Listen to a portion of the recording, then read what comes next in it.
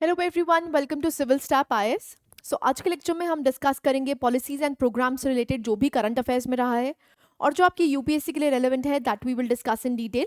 So let's start the session now. As you know, हमारी Sarvada series it is a one stop solution for your current affairs and that too for prelims. So यहाँ पर आपको 9 sources देखने को मिलते हैं जहाँ से हम करंट अफेयर्स को केटर करते हैं। The Hindu, Indian Express, Live Mint, Economic Times, PRS, Down To Earth, PIB, Yojana and Kurukshetra. So let's start the session. सबसे पहले न्यूज देखते हैं, दैट इज आयुष्मान भारत प्रधानमंत्री जन आरोग्य योजना। ना एज यू नो, ये हम काफी बार पहले भी डिस्कस कर चुके हैं, बहुत ही इंपॉर्टेंट है, फ्लैगशिप प्रोग्राम बन जाता है। So it is kind of providing right to health in our country. So आप देख सकते हैं, it is likely to cover treatment of Alzheimer's, dementia and other illnesses that mainly affect the elderly. So यहाँ पर धीरे धीरे करके और भी आप कह सकते हैं डिजीजेस को केटर किया जा रहा है ना। आयुष्मान भारत स्कीम की बात करते हैं तो इसको लॉन्च किया गया था 2018 में, और एक तरह से हम क्या प्रोवाइड करना चाहते हैं, यूनिवर्सल हेल्थ कवरेज देना चाहते हैं। यहाँ पर आपको आयुष्मान भारत प्रधानमंत्री जन आरोग्य योजना भी देखने को मिलती है। दो कंपोनेंट्स हैं, एक प्रधानमंत्री जन आरोग्य योजना और एक है आयुष्मान आरोग्य मंदिर।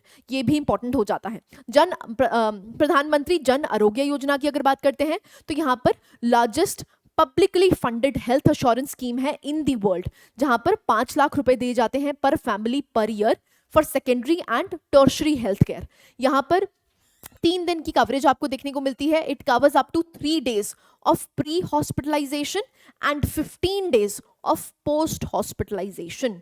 राइट, जितने भी एक्सपेंसेस हैं वो एक्सपेंसेस गवर्नमेंट के द्वारा दिए जाते हैं and there is no restriction on family size, age और जेंडर, जिसके बारे में हम पहले भी पढ़ चुके हैं। नाउ एलिजिबिलिटी क्राइटेरिया क्या है, जो सेक के तहत, socio and economic caste census 2011 के तहत जो भी यहाँ पर एलिजिबिलिटी क्राइटेरियाज एग्जिस्ट करते हैं उनको यहाँ पर केटर किया जाता है। तो आप देख सकते हैं, this number also includes families that were covered in the राष्ट्रीय स्वास्थ्य बीमा योजना but were not present in SEC 2011 database. Now अगर फंडिंग की बात करी जाती है तो the funding has been provided by both the center and the states. Centre 60% देता है और यहाँ पर स्टेट 40% देती हैं। लेकिन अगर हम यूटीज या नॉर्थ ईस्टर्न स्टेट्स की बात करते हैं तो वहाँ पर रेशियो 90-10 है। 90% of the funding is provided by the centre and 10% is provided by the states. ना आयुष्मान आरोग्य मंदिर की बात करते हैं तो ये कंपोनेंट है जिसमें 1,50,000 हेल्थ एंड वेलनेस सेंटर्स बनाए जाएंगे और इनको रीनेम किया गया है एज आयुष्मान आरोग्य मंदिर। Now they are created by upgrading the सब हेल्थ सेंटर्स और PHCs। यहाँ पर फोकस ये किया जा रहा है कि हम एक तरह से आप कह सकते हैं क्यूरेटिव की जगह प्रिवेंटिव हेल्थ केयर की तरफ मूव करें। किसकी तरफ? प्रिवेंटिव हेल्थ केयर की तरफ मूव करें। सो यहाँ पर prevention is better than cure की बात करी जा रही है एंड यहाँ पर कोशिश की जा रही है जो आपके PHCs हैं, public health centres, primary health centres हैं, वहां पर फॉलोअप केयर दी जा सके। ठीक है, तो यहाँ पर दी जा रही है provisioning of essential medicine and diagnostics. Right, so दोनों ही कंपोनेंट्स हमने अच्छे से डिस्कस कर लिए हैं। नेक्स्ट आपको देखने को मिलता है which is known as the Nikshay Poshan Yojana. ना निक्षय बेसिकली क्या है, it is controlling the TB, tuberculosis से रिलेटेड आपको देखने को मिलती है निक्षय प्रोग्राम। तो यूनियन हेल्थ मिनिस्ट्री ने डबल किया है the monthly nutrition support under Nikshay for tuberculosis from existing 500 per month per patient to rupees 1,000 per month per patient for the entire duration of treatment.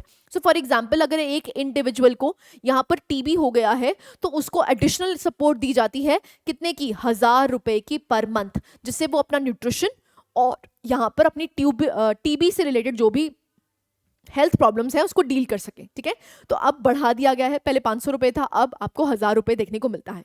ना निक्षय पोषण योजना की बात करते हैं तो ये सेंट्रली स्पॉन्सर्ड स्कीम है। सो एज यू नो, अगर हम सेंट्रली स्पॉन्सर्ड की बात करते हैं तो सेंटर और स्टेट दोनों ही फंडिंग देता है और ये स्कीम आपको देखने को मिलती है नेशनल हेल्थ मिशन के तहत। जितने भी नोटिफाइड TB पेशेंट्स हैं वो इसके बेनिफिशरीज बन जाते हैं। इसको लॉन्च किया गया था 2018 में by ministry of health and family welfare and basically ये मॉनेटरी असिस्टेंस स्कीम है जिसमें क्या दिया जाता है कि जो न्यूट्रिशनल रिकवरी चाहिए, देखो ऑब्वियसली बात है क्योंकि आपको दवाइयां खानी पड़ती हैं, उसकी वजह से आपका जो न्यूट्रिशन है वो कम हो जाता है, तो न्यूट्रिशन एडवांटेज देने के लिए यहाँ पर क्या दिया जाता है, उनको पैसे दिए जाते हैं। तो पैसे की जो अमाउंट है वो एक्चुअली में डबल कर दी गई है जिससे कि वो न्यूट्रिशनल इनटेक अपना पूरा कर पाए। नाउ अगर हम इंडिया की बात करते हैं, it has the highest burden of TB।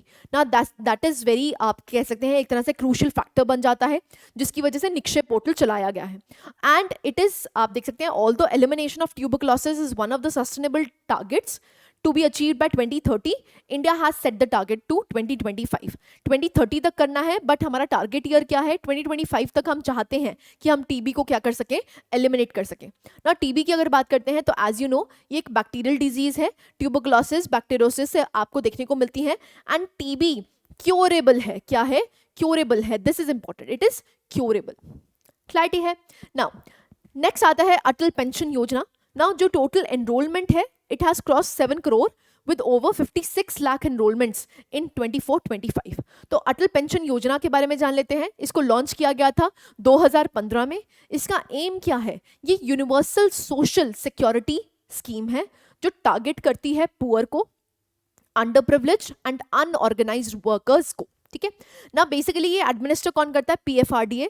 This is important, pension fund regulatory and development authority, under the overall administration of the NPS system, जो नेशनल पेंशन सिस्टम देखने को मिलता है ना। जो भी गारंटीड पेंशन है ये दी जाती है for life of the subscriber, extends the same pension to the spouse. So for example अगर उनकी डेथ हो जाती है तो वही पेंशन उनके स्पाउस को मिलने लग जाएंगी after their demise, and returns the accumulated corpus to the nominee after both the passes. अगर दोनों ही यहाँ पर डेथ हो जाती है दोनों की, तो जो भी उनका नॉमिनी होगा उसको सारा लमसम अमाउंट दे दिया जाएगा। ठीक है। So this is Atal pension योजना ना। अटल पेंशन योजना की जो एंट्री एज है वो बहुत इंपॉर्टेंट हो जाती है। यहाँ पर एक सिटीजन जो 18 से 40 साल की उम्र का है वो यहाँ पर एंट्रेंट ले सकता है, एंट्री ले सकता है। एक वैलिड बैंक अकाउंट होना चाहिए या पोस्ट ऑफिस का सेविंग्स अकाउंट होना चाहिए, और इनकम टैक्स पेयर नहीं होना चाहिए। ठीक है। So not an income tax payer. Minimum guaranteed pension आपको देखने को मिलती है 1000, 2000, 3000, 4000 या 5000 per month from the age of 60। So once they turn 60 साल के बाद उनको यहाँ पर ये पेंशन मिलने लग जाएगी। नाउ जो अमाउंट ऑफ द पेंशन है, जो इंडिविजुअल की एज है, are the deciding factor for contribution. So for example आप 18 साल से ही यहाँ पर कंट्रीब्यूट करना स्टार्ट कर देते हो तो ऑब्वियसली बात है आपको पेंशन ज़्यादा मिलेगी, क्योंकि जितनी कंट्रीब्यूशन आप करते हो उतनी कंट्रीब्यूशन गवर्नमेंट भी करता है। ठीक है। सो फ्लेक्सिबिलिटी ऑप्शन है, आप मंथली पेमेंट करना चाहते हैं या क्वार्टरली करना चाहते हैं या हाफ ईयरली करना चाहते हैं, और 60 साल के बाद आपको यहाँ पर रिटर्न्स मिलने स्टार्ट हो जाएंगे। राइट नाउ अगर हम यहाँ पर बात करते हैं तो 18 से 40 साल है, तो as I have told you यहाँ पर 2000, 3000, 4000, 5000 तक आपको पेंशन मिल सकती है। नाउ जो स्कीम है, now in its 10th year, focuses on bringing the vulnerable section of the society. जो vulnerable section of the society है उनको यहाँ पर टारगेट किया जा रहा है। नेक्स्ट हम बात करते हैं that is 5 year cruise Bharat mission के बारे में। This is also important. So यहाँ पर क्या कोशिश की जा रही है, जो यूनियन मिनिस्टर पोर्ट्स, शिपिंग और वाटरवेज के हैं, उन्होंने यहाँ पर 5 year cruise Bharat mission from Mumbai port launch किया है। सो यहाँ पर कोशिश ये की जा रही है कि हम क्रूजेस को लॉन्च करें जिससे टूरिज्म बढ़े, एंड ऑब्वियसली बात है यहाँ पर आपको इकोनॉमी भी स्ट्रेंथन होती हुई दिखेगी। सो यहाँ पर हम क्या कर रहे हैं, it aims to excel India's vision to become a global hub for cruise tourism. So cruise tourism को हम यहाँ पर बढ़ावा देना चाहते हैं। तो आप देख सकते हैं it includes increase sea cruise passengers from 0.5 million in phase 1 to 1 million, and river cruise passenger from 0.5 million in phase 1 to 1.5 million in phase 3.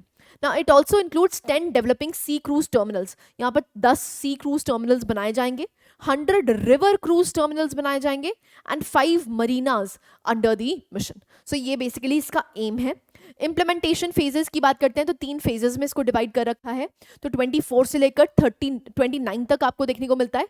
Phase 1 में रिसर्च एक्टिविटीज चलाई जाएंगी, मास्टर प्लानिंग की जाएगी कि किस तरह से हमें ये क्रूज प्लान करने हैं। फेज 2 की अगर बात करते हैं तो यहाँ पर एडिशनल मरीनाज और क्रूज टर्मिनल्स बनाए जाएंगे, और फेज 3 की बात करते हैं तो यहाँ पर हम जो एक्सपैंडिंग क्रूज टर्मिनल्स, मरीनाज और डेस्टिनेशंस करी जाएंगी, जिससे कि हम इंटीग्रेट कर सकें जितने भी क्रूज सर्किट्स इंक्लूड करते हैं। तो यहाँ पर 3 सेगमेंट्स हैं, कौन कौन से, ocean and harbour cruise, river and inland cruise and island cruise. ठीक है, तो 3 तरह के हैं। तो एक तो ओशन और हार्बर क्रूज है, तो ऑब्वियसली बात है। सो फॉर एग्जांपल अगर आप ओशंस में जाना चाहते हैं, सी में जाना चाहते हैं, you will be participating in these cruise. So includes ocean cruises, coastal या deep sea cruises जो exist करते हैं वो आपको देखने को मिलते हैं। ठीक है, नेक्स्ट आपको देखने को मिलता है it is river and inland cruise. So focuses on river और inland cruises पे फोकस किया जाता है। तो बैक वाटर्स हो गए, क्रीक्स हो गए, लेक्स हो गए, वहां पर क्रूज की आपको एक्टिविटीज़ देखने को मिलती हैं. And the last one is island cruises. So आप देख सकते हैं एक live abroad excursions, boutique cruises to lesser known locations, जो जहाँ पर लेसर नोन लोकेशंस हैं, जहाँ आइलैंड्स एग्जिस्ट करते हैं, छोटे छोटे आइलैंड्स एग्जिस्ट करते हैं, उसकी एक्सप्लोरेशन के लिए आइलैंड क्रूजेस आपको देखने को मिलते हैं. ठीक है, तो 3 तरह के क्रूजेस हैं, ocean and harbour, river and inland cruises and the island cruises. Right, so this was the all news about. So we have discussed almost जो आपकी पिछले वीक में जितनी भी important schemes रही हैं, that we have discussed in detail. So this was it from my side. I hope you like the lecture. Thank you very much.